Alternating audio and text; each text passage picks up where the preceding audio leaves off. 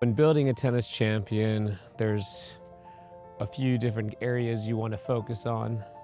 The first area, and arguably the most important area, you want to start thinking about controlling the center. So this first drill is really important for them, and I would start it up nice and short for them.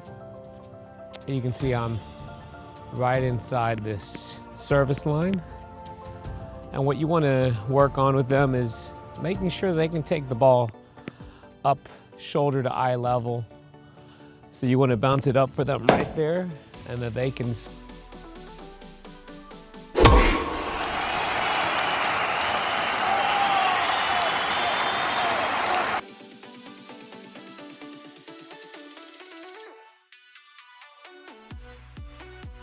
sling it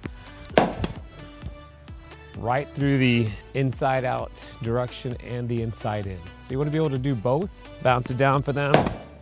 They take it about shoulder to eye level. They sling it down. That's the first thing you want to be aware of, is making sure that they can generate some spike forehands. So this is the side you want to be looking at it from. Bounce it, sling it, bounce, eye to shoulder level.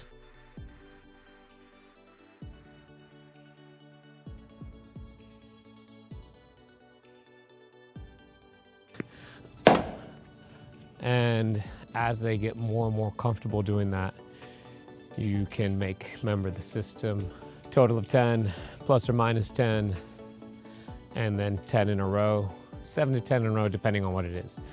5 would be the lowest I would go for ground strokes. So middle forehands from that short area. Here's a good little workout dealing with the short middle forehand, an important category. So let's take a look here.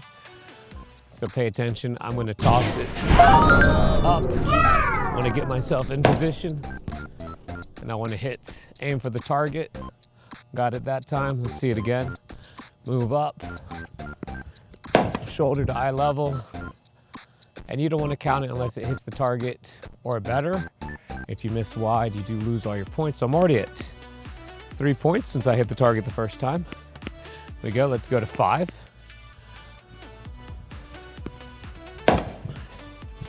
That's 4. And now I'm at the end here. A little pressure ball. If I were to miss, it would be 20 jump lunges. Here we go.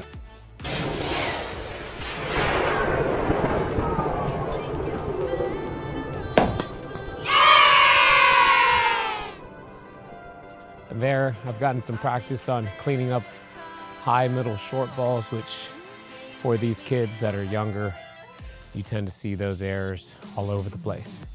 Your player also needs to be able to tell the difference when it's up high versus low. Low, we want to wheel under,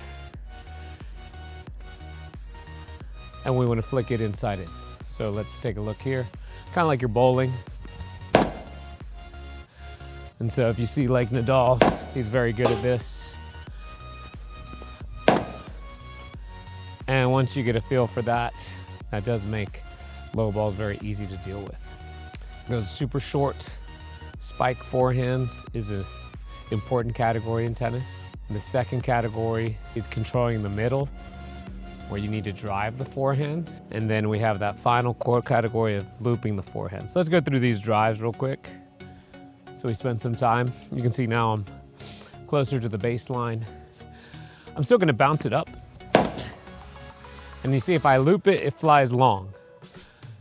If I spike it down, it goes in the net. So from here, I wanna be thinking of just driving through the ball, almost hitting straight through it. And let's flip the direction. And you can practice different swing paths. If you look at my swing fundamentals course, I go through all that, whether it's your kind of Federer straight over finish versus your Nadal flick, different swings for different situations.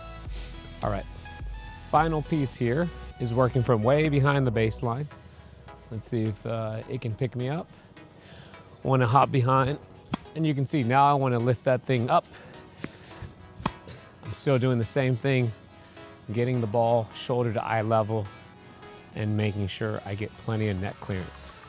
When you're competing, you want to make sure that the net clearance from behind the baseline is very high. What it does is it forces your opponent to decide to play up or run back with you.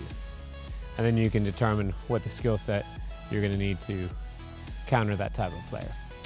So here you go. Loopy ball. That's the first one. Second one, we move up into drive position. We hit through it.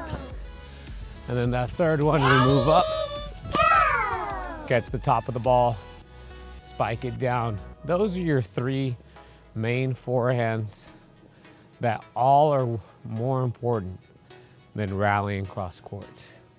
Coach V, C, done.